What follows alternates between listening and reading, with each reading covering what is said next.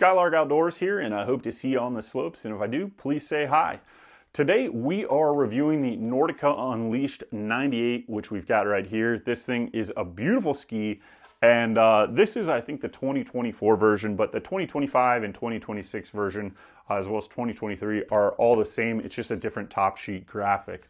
But first thing I'm going to say about this ski is that this is my favorite ski that I've ever owned. Now, a favorite ski is going to be different for everyone and your needs and what you're using, but I'm going to get into why I really like this ski. So this is 98 millimeter waist and 186 long. So this is the longest ski they have for the 98. And what I like about it is that it has an incredible edge hold and then is also very playful. And how they achieve that is they've got a metal piece in here, so it's laminated with the wood core and the fiberglass, and then there's a piece of metal in there. And what it seems like is when you're riding the ski, let's say you're on an icy hill or something like that, when you lean into this to just get some edge hold, that metal kind of stiffens up the ski so that you really have a nice edge hold on the actual side of a hill or mountain. You feel like a mountain goat on this. And that's what I love. So it gives you a great edge hold, but it's not too stiff. And then the other thing I like about this is that it's got really nice, you can just see the curvature here on both ends. So you've got it right here. Let's see if I tilt it like that. There you go. You can see kind of both ends of the ski and what it looks like. But this is the tail end here. And then you can see the front end right here. And those releases there, what they do for the ski is make it super easy to turn. Now, the one thing about this ski that might be weird for some people, but I actually really like it, is it's a very flat ski. So it's flat pretty much from here to here. And what that makes it feel like is if you're not on an edge, it's a little bit buttery, right? Just on a groomer, it's a little bit buttery. However, if you're in any kind of fresh snow or powder snow, you don't notice that at all. You're going to sink in, you're going to be turning.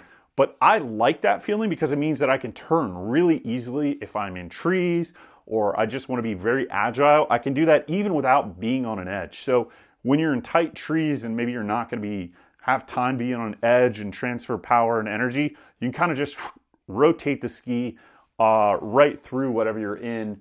And that works. So the tip on this is 134, the waist is 98, and the tail is 123. So it is semi-directional, and that's designed for this tip to kind of pop you up. Now, for me, let's say it's 6 inches of fresh powder and less, and or bad conditions, or it's icy conditions. This is the perfect ski for me, just because it's got that excellent edge hold, and it kind of handles all those conditions. The only time that I felt like I was under-skied was in very fresh, heavy, deep powder. And that's just because I'm a little bit on the heavier side. I'm around 250 pounds. So this ski, I just sunk in a little bit too much, and it was that heavy Sierra cement. And I wish I had something that floated a little bit more on top of the snow rather than in the snow. But it was still manageable. I still had plenty of fun on these skis, even on the heavy powder days. However, I would most likely pick something different. But if you are lighter weight than me, even probably 20 or 30 pounds, I think you're going to find that this is plenty of ski that's going to pop you out on the powder with the shape of it up here and in the rear.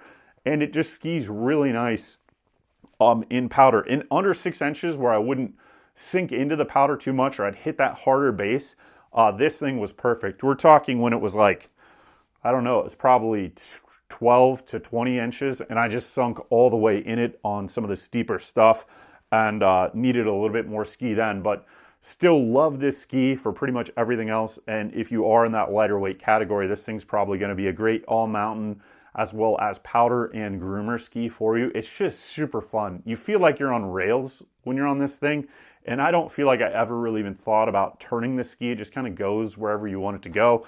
And then when you do want to have it on edge, you absolutely can do that, ripping down the groomers or whatever you want. So pretty flexible in comparison to like a Nordica Enforcer that has 2 layers of metal. This is more playful. This is lighter weight, and I would say easier than the Nordica Enforcer to both turn and get on an edge, as well as it takes less work.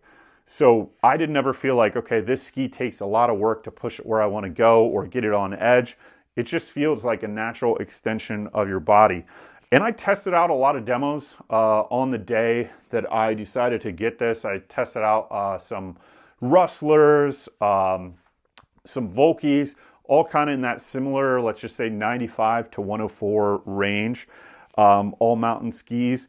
And I just chose this because I liked the turnability as well as the edge hold on this. That was the two kind of requirements that I had for this particular ski. And skied it in Michigan. Great conditions for a Michigan ski just because we don't get that much powder that often, and it's usually wetter, so you won't sink down it in that much. Skied it in Colorado. There you're going to get lighter powder, and probably some days you might want a wider ski depending on your size. And then Sierra Cement out in Tahoe. And actually, the Sierra Cement, ironically, it must have just been a very, weather conditions can vary. A day where that snow was incredibly light and crispy when we got the powder, and I just sunk right into it. But usually after it firms up after a day or two, you could ski on this thing. This is the ski that I would want after a day after a fresh storm. Not maybe the day of, but the day after this thing rips, because that snow firms up a little bit out there, and you're going to ride on top of it more than in it.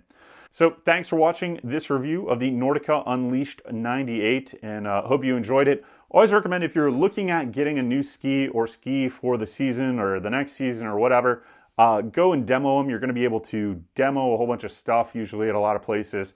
Do 2 or 3 runs, go get another pair, and then see if you like something. And that's kind of the way that I did this to find this ski, which I really like. So hope you enjoy, and we'll see you next time.